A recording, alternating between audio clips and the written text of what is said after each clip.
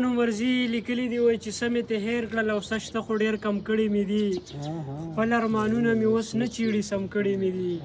او زه ستا د خولې جوټه اوبه داسې سنبال ساتمه کور کې دا وایم چې دا ونسکی دم کړي مې دي خان صاحب به راته شعرونه ووایي او دوه درې بیا به راته شاهکار صاحب شعرونه ووایي او عجز صاحب هم ولاړ دی شعرونه به ترې واورو ځه خان صاحب سپرلی چې راشي زما شک هم په یقین بدل شي سپرلی چې راشي زما شک هم په یقین بدل شي چې ستا د حسن د رنګونو نغلا هم کیدی شي او په بل مې مه وژنه جانانه خو که ته مې وژنې نو زما مرګ زما د زړه په رضا هم کیدی شي ډېر خیال ځه عجز صاحب په بیل بیل نغري کې به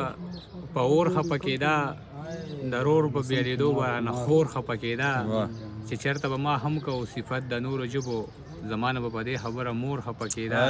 د لور په شان یې نه ساتله سپکه یې ګڼله د خواښې نه به خامخا انګور خفه کېده ډېر ارشد جان شاهکار صاحب لیکلي دي وایي چې موسم خمار خمار جانان جانان دی او ته ځې تیاره د خوشې لاره د باران دی او ته ځې شاهکار صاحب نه به شعرونه واورو څادر شته سرپیچک شته د پټکې تر اوسه شته ګودر شته زمونږ کلي کې منګې تر اوسه شته او ساتلې مو ژوندي د روایات د پښتنو چیلم شته د ګړون شته نغرې تر اوسه شته او خان شعر دی چې مونږ دواړه به یې ونیو د ګوتې نه اکثر بوډا دی خو له هغه یو سړی تر اوسه جنت شي چې سپرلی شي پکې وکري شړشم